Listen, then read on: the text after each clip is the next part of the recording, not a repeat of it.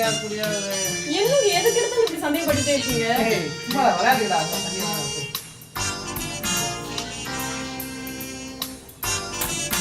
Sofa நவுந்திருக்கே. நவர்லையே. செல்லம். வா. டேய் உட்காரு. அப்படியே இரு.